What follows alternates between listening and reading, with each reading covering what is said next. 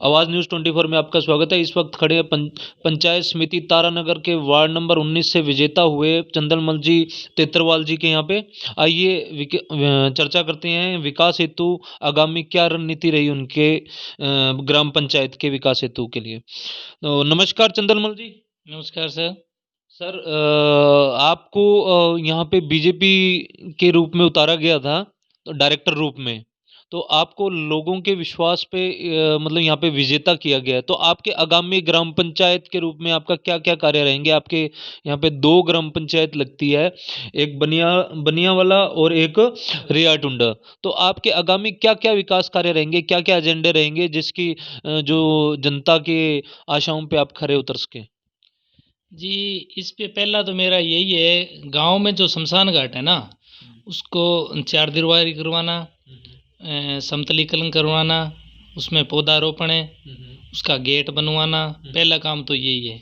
जब भी वहाँ जाते हैं यही मन में सोचते हैं कि कुछ दिन बाद हमें ही आना है। भाई आपको ये मौका मिला है और आप जब भी वहाँ पे मान लो किसी भी क्रियाक्रम में आप गए हैं तो आपने ये चीज़ वहाँ पे नोटिस की है कि हम अगर किसी ओहदे पे होते तो हमें इसे ज़रूर मनाएंगे। तो आज आपको ये मौका मिला है, आपको डायरेक्टर के रूप में यहाँ पे चुना भी गया है, तो आपको इस पे यही है कि आप वहाँ की चारदीवारी आप निर्माण करवाएंगे। तो सर एक चीज़ और बताइए कि मैंने अभी पीछे देखा कि टेन शेड स्कूल के अंदर एक प्रार्थना स्थल पे टेन शेड की व्यवस्था नहीं है, तो उसके ऊपर आप क्या कहना चाहेंगे? जी, प्रार्थना स्थल पे हमारे यहाँ सीनियर का स्कूल है रैया टुंडा में, जी, जी। उसमें बालिकाएं ज़्यादा पढ़ती हैं। जी। पहला तो हमारा ये रहेगा कि प्रार्थना स्थल पे टीन शेड लगवाना। जैसे बारिश आ जाए, बारिश के मौसम में प्रार्थना करवाने में दिक्कत होती है, उस पे टीन शेड।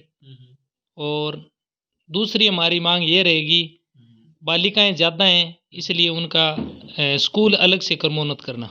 आपके कहने का मतलब ये है कि बालिका का स्तर जो है वो शिक्षा के अंदर ज़्यादा है और जो अभी जॉइंट में वहाँ पढ़ रहे हैं लड़के लड़कियाँ एक साथ पढ़ रहे हैं, तो आप एक कन्या पाठशाला जो है वो अलग से बनवाना चाहते हैं, यही कह रहे हैं सर? हाँ हाँ जी, बिल्कुल यही है सर। पेयजल की समस्या, जो पानी जल ही जीवन है, वो समस्या काफ़ी गाँव में भी बनी हुई है, आपके इस एरिया में भी है, तो इसके ऊपर आप क्या कहना चाहेंगे?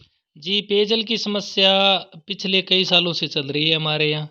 अभी वर्तमान में इनका डिग्गी का निर्माण हो रहा है, जो घर घर कनेक्शन देगी, घर घर पेयजल देगी।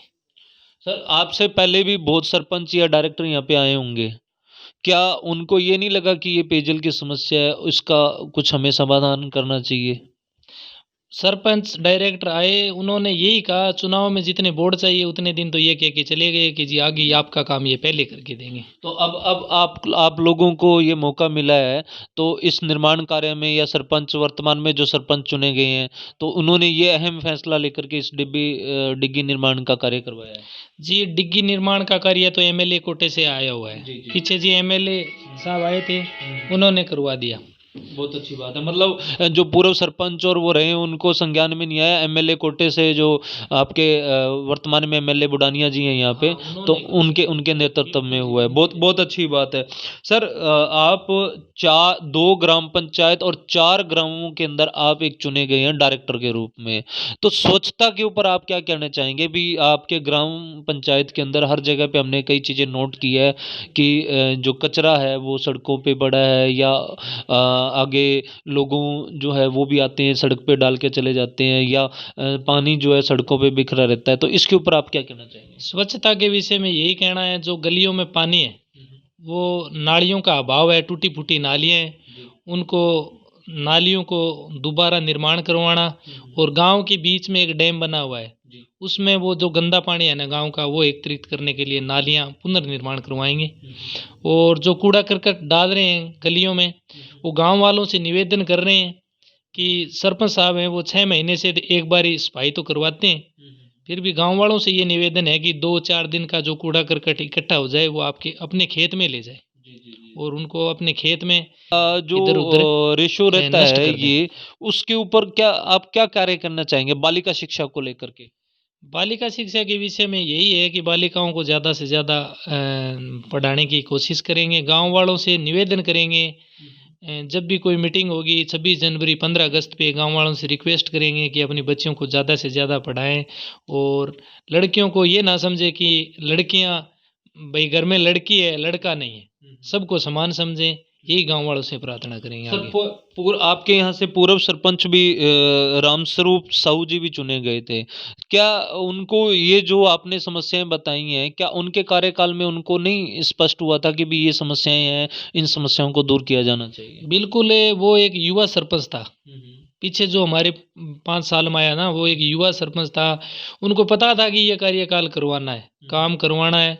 उन्होंने इस विषय में जब तक चुनाव थे तब तक तो बातें की, उसके बाद कभी जिक्र भी नहीं किया कि हम ग्राउंड का काम करवाएंगे या कोई शिक्षा के क्षेत्र में कोई भी काम उन्होंने नहीं करवाया ऐसा। क्षेत्रवासियों को ज़्यादा से ज़्यादा मतों से जिताने के लिए धन्यवाद, आभार व्यक्त करते हैं।